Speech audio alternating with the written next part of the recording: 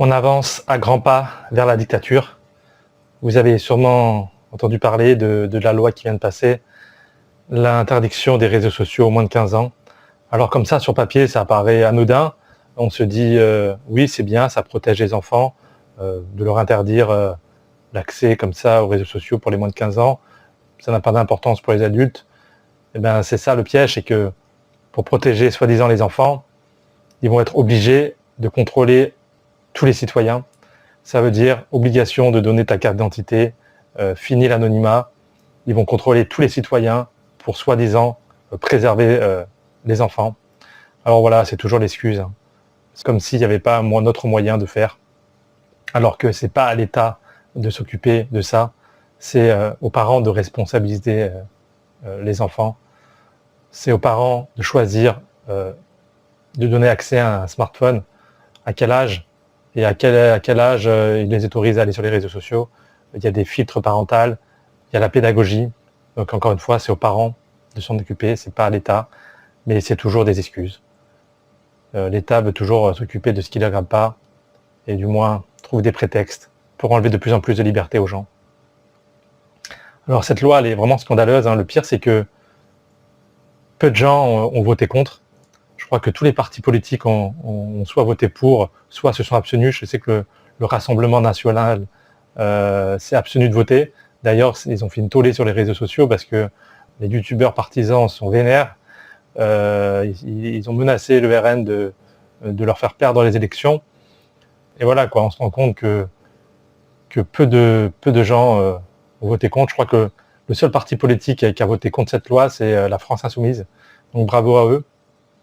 Il faut souligner. Alors moi, je vous rappelle, je vous rappelle que moi, je vote pas.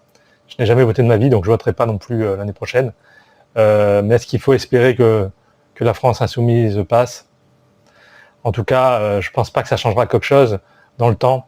Je pense que c'est un rouleau compresseur. Je pense que dans quelques années, de toute façon, tous les pays européens vont s'aligner. Alors c'est ça qui est moche, c'est que on est les pionniers. Il y a eu l'Angleterre, en 2020, qui ont passé cette loi, et la France, on est le deuxième pays. C'est vraiment moche. On est le deuxième pays au monde à faire une loi aussi liberticide, sachant que pour les sites pour adultes, on était déjà les pionniers.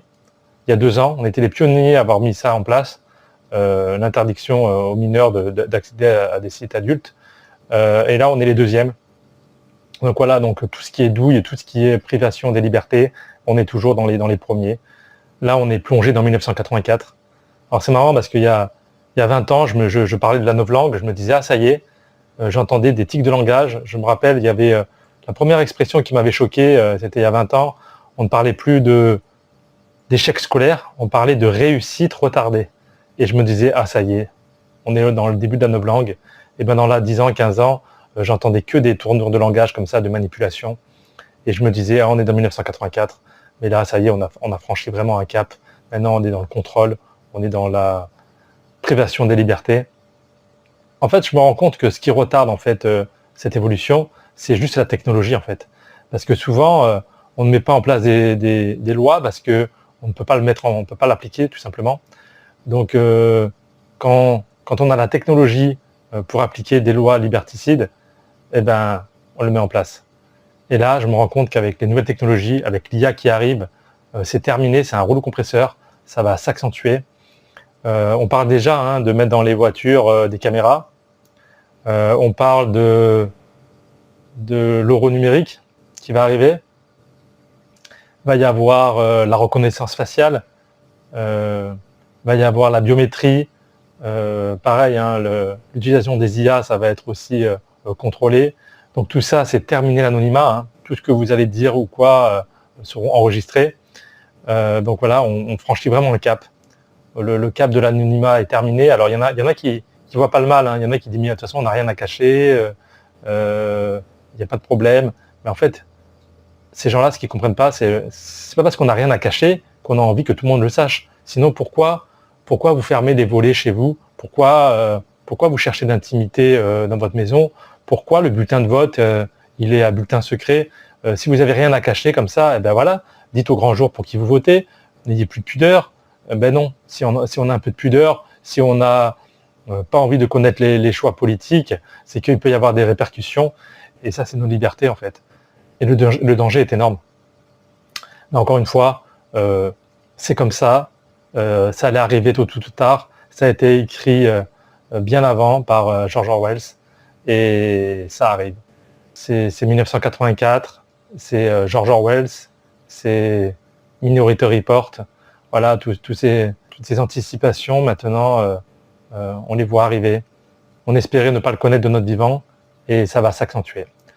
Voilà, donc vous pourrez dire à vos enfants que nous on avait connu un monde libre, un monde où il n'y avait pas de surveillance, et on va être encore plus nostalgique de ce qu'on a connu.